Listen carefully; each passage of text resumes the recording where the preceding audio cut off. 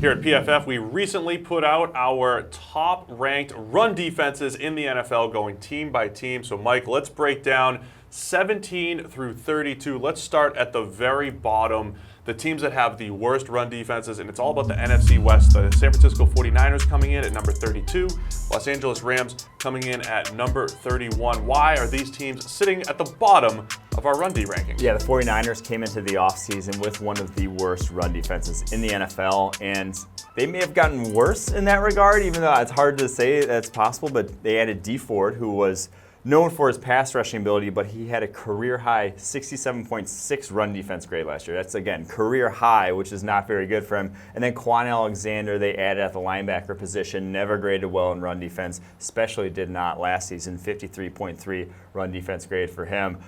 Undersized guys, I'm not sure they got much better. Nick Bosa will help, but he's never been known much for his run defense, more of a pass rusher as well, so it just might not be great for them. And then looking at the Rams, we already know Aaron Donald, the best player in the NFL. He is spectacular against the run. He is a disruptor. It doesn't matter that he gets upfield. He's not losing gap control or anything like that. He is awesome. Michael Brockers is solid up front as well, but the Rams have struggled at the linebacker position over the last few years, maybe on purpose, taking guys like Mark Barron, undersized linebackers, former safeties, and putting them in the box. Yeah, they obviously care more about pass defense. We do too, but at the same time, run defense is a team sort of thing. You can have one disruptor in Aaron Donald, but then another guy loses his gap and it's a 30-yard run. So run defense is much more of how solid you are across the board, not what one guy can do. And you look across the board, they have guys like Dante Fowler now, 61.2 run defense grade last year. Clay Matthews, 64.3 at outside linebacker. Then Corey Littleton, 42.1 at the linebacker position. It's just a lot of undersized guys who attack the passing game,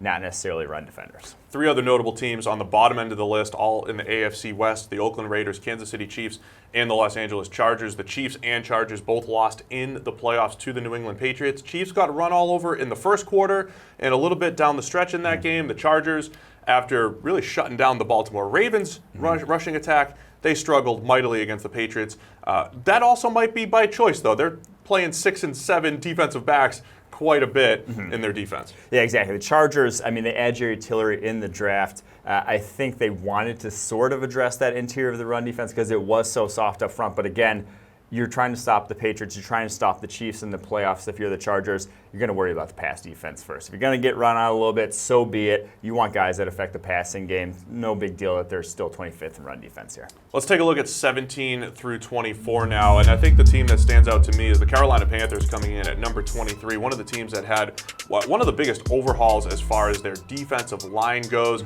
adding guys like Gerald McCoy up front. They've needed to get younger or at least get an influx of new talent. And I wonder if that could potentially help increase that ranking. Yeah, Gerald McCoy, over the course of his career, just never been a great run defender. Again, we're not like hating on this, the fact that they added pass-first guys in Gerald McCoy, in Brian Burns in the draft. It's just the fact that you realize your run defense is going to suffer when guys like that are on the field. Brian Burns, not even 250 pounds yet. He's not the guy that's going to stack and shed or right tackle, set a hard edge. He might make a few plays against the run, but if he gets locked up, it can get ugly at times there for him. So Panthers' run defense might take a hit, but those guys are going to affect the passing game, so don't worry about it too much. They still have Luke Kuechly, and this is the way I would build a defense. A guy like Luke Kuechly who could make up for deficiencies up front anyway, because he's got such good instincts against the run and he's spectacular in coverage. If you guys want the full rankings, they're over at pff.com. It's your best, in this case, the worst run defenses in the NFL heading into 2019.